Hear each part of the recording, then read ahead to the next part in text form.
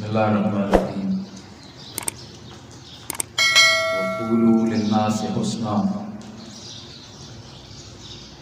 اور لوگوں سے اچھے طریقے سے گفتگو کیا کرو۔ یہ قرآن مجید کی ایک آیت کا حصہ ہے۔ اس میں حسن اخلاق کے بارے میں حکم دیا گیا ہے۔ حسن اخلاق کیا ہے؟ اچھی گفتگو کرنا۔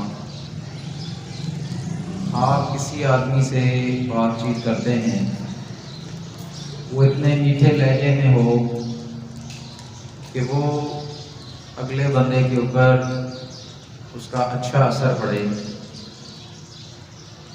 اور اس میں اس کی عزت اور احترام کا خیال رکھتے ہوئے بات کریں۔ اس کو اگر مخاطب کریں تو ان الفاظ سے کہ جو اس آدمی کو اچھے لگیں، پورا نام لے کر بات کریں، ساتھ صاحب کا لفظ لگا دیں، بھائی کا لفظ لگا دیں، بہن کا لفظ لگا دیں۔ عزت کے ساتھ بات کرنی ہے اور عزت والے الفاظ استعمال کرنے ہیں۔ ہمیں اپنے رسول صلی اللہ علیہ وآلہ وسلم کی زندگی سے یہی تعلیم ملتی ہے کہ آپ نے فرمایا کہ انما بعثت لأتمم مکارم الاخلاق، کہ مجھے اخلاق کی تکمیل کے لیے بھیجا گیا ہے۔ مکمل اخلاق کہ جس میں اچھی بات چیت کرنا بھی شامل ہے، جس میں اچھا رویہ بھی شامل ہے، کہ آپ کے رویے سے بھی کسی دوسرے بھائی کو تکلیف نہ پہنچے۔ ہم اگر اپنے رسول صلی اللہ علیہ وسلم کی ساری زندگی پر نظر دوڑائیں تو ہمیں کبھی آپ کی ساری زندگی میں یہ نظر نہیں آتا کہ آپ نے کبھی غصے میں بات کی ہو۔ بہت زیادہ کبھی آپ کو تکلیف پہنچی تو آپ کے چہرے کا رنگ سرخ ہو گیا، تبدیل ہو گیا، لیکن زبان سے کبھی غصہ نہیں کیا۔ ہم لوگ اگر سوچیں تو ہم لوگ بہت پیچھے ہیں۔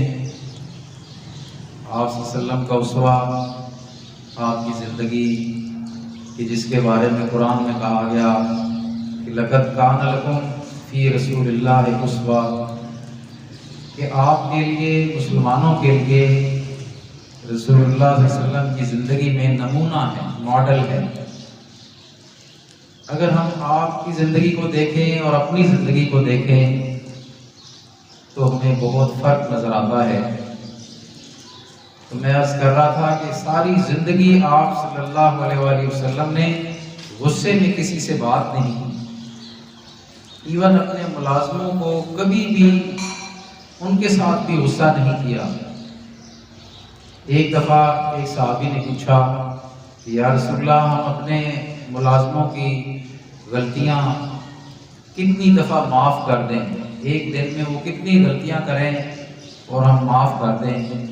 تو آپ صلی اللہ علیہ وسلم نے فرمایا کہ 70 مرتبہ بھی اگر وہ غلطی کریں تو پھر بھی معاف کر دیں۔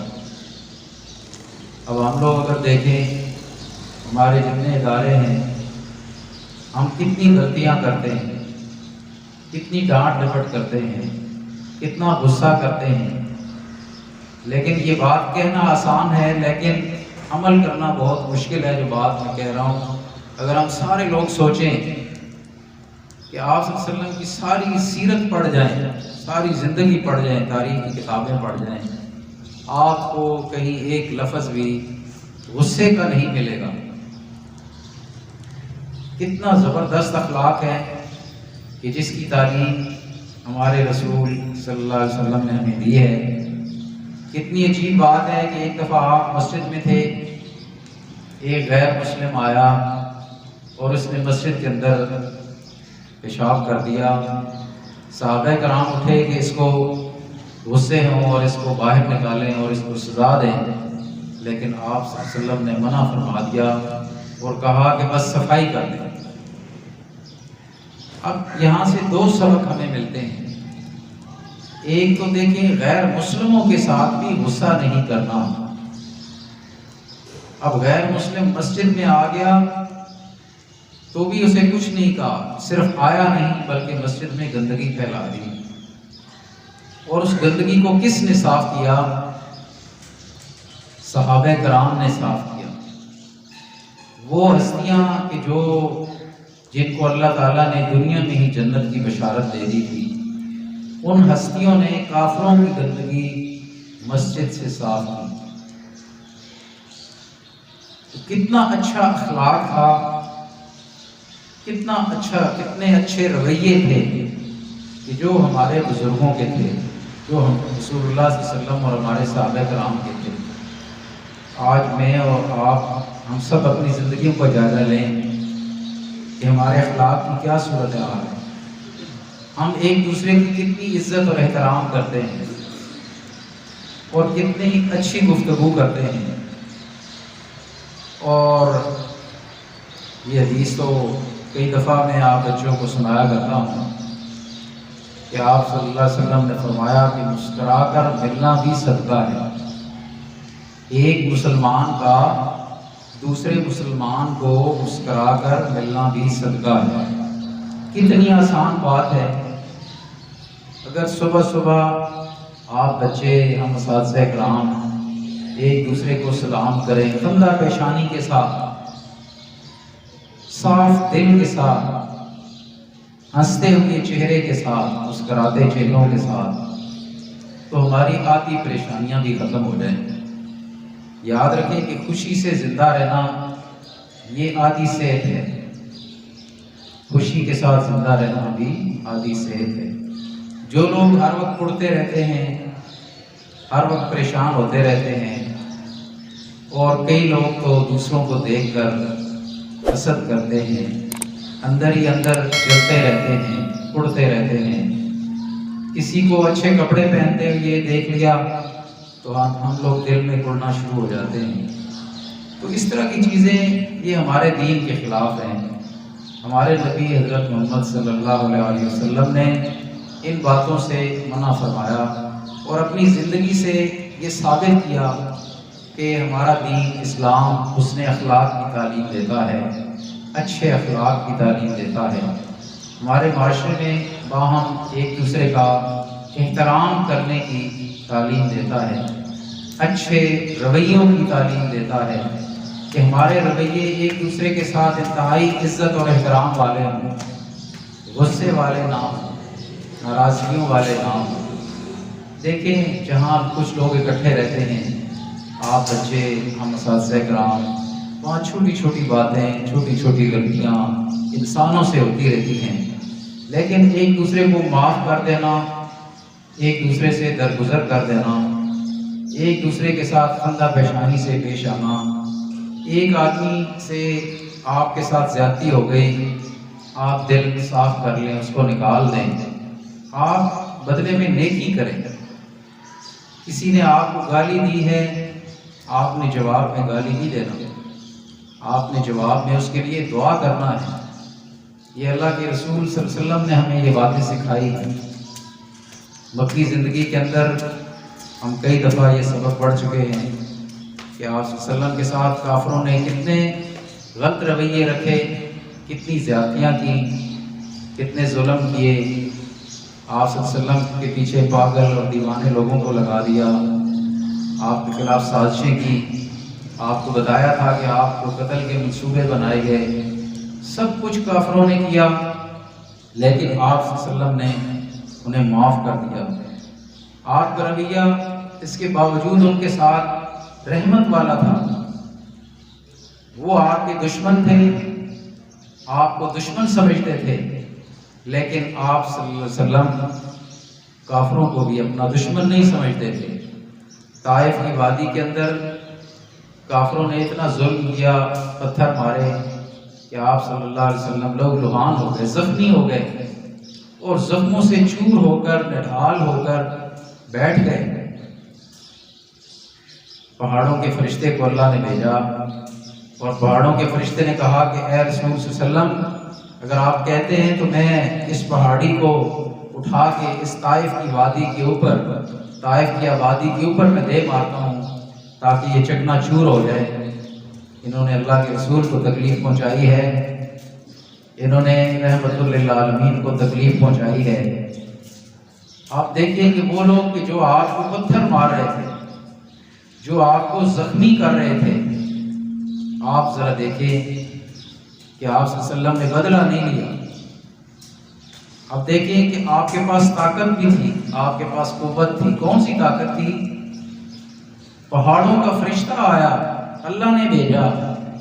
اس سے بڑی طاقت کیا ہو سکتی ہے کہ آپ پہاڑ آپ چاہتے تو وہ پہاڑ اس آبادی کے اوپر وہ فرشتہ گرا دیتا اور وہ آبادی ختم ہو جاتی۔ لیکن آپ دیکھیں کہ آپ صلی اللہ علیہ وسلم نے کیا فرمایا، طاقت اور قوت کے باوجود آپ نے معاف کر دیا۔ یہ ہمارا دین ہمیں یہ چیز نہیں سکھاتا ہے ہم کسی سے بدلہ لیں، بلکہ کافروں کو بھی معاف کرنا ہے۔ آپ صلی اللہ علیہ وسلم نے فرمایا کہ نہیں، یہ لوگ مجھے جانتے نہیں، یہ لوگ مجھے، یہ بڑے غور طلب کے الفاظ ہیں کہ آپ صلی اللہ علیہ وسلم نے فرمایا کہ یہ لوگ مجھے جانتے نہیں ہیں، اگر یہ نہیں پہچانیں گے تو مجھے امید ہے کہ ان کی نسلیں مجھے پہچان لیں گی۔ یہ نہیں پہچانیں گے تو مجھے امید ہے کہ ان کی نسلیں مجھے پہچان لیں گی کہ میں ان کا خیر خواہ ہوں، میں ان کی دنیا اور آخرت کی زندگی بنانا چاہتا ہوں۔ میں تو رحمت بن کے آیا ہوں، زحمت بن کے نہیں آیا۔ تو عزیز بچوں، ربیع الاول کی آمد ہے اور ہم جس رسول کے امتی ہیں، جس پر ہمیں بہت فخر ہے، آپ صلی اللہ علیہ وسلم خاتم النبیین ہیں۔ یہ بات بھی یاد رکھیں کہ آپ صلی اللہ علیہ وسلم اللہ کے آخری نبی ہیں، آپ کے بعد کسی نبی نے نہیں آنا ہے۔ آپ کی دعوت، اس کو آگے پہنچانا ہم سب کا کام ہے۔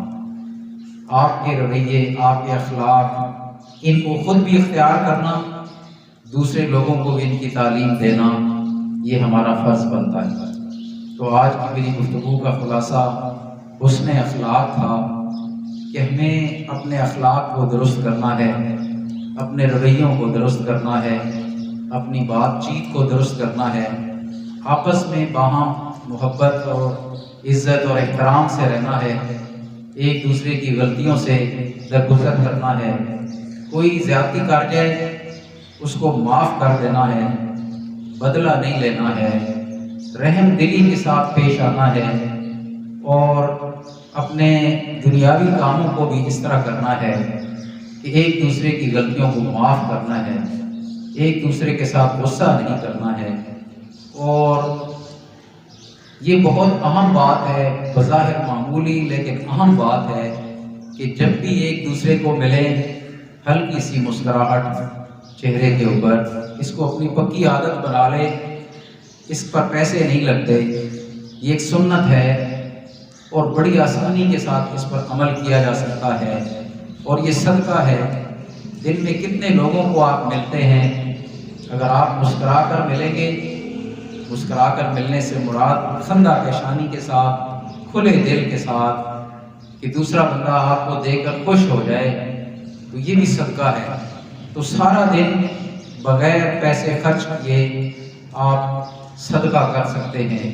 تو جتنے لوگوں کو ملیں، مسکرا کر ملیں، گھر میں جائیں، گھر میں بھی مسکراتے ہوئے جائیں، گھر سے نکلیں مسکراتے ہوئے نکلیں، بہن بھائیوں کے ساتھ گفتگو کریں، مسکراتے ہوئے کریں، ماں باپ کے ساتھ گفتگو کریں، مسکراتے ہوئے کریں، رشتہ داروں کے ساتھ ملیں، مسکراتے چہرے کے ساتھ ملیں۔ یہ کتنی آسان بات ہے، اگر ہم اس ایک بات پر عمل کر لیں تو ہماری دنیا کی زندگی آرام اور سکون والی زندگی بن جائے۔ اللہ تعالیٰ سے دعا ہے کہ اللہ کی ذات ہمیں عمل کرنے کی توفیق عطا فرمائے۔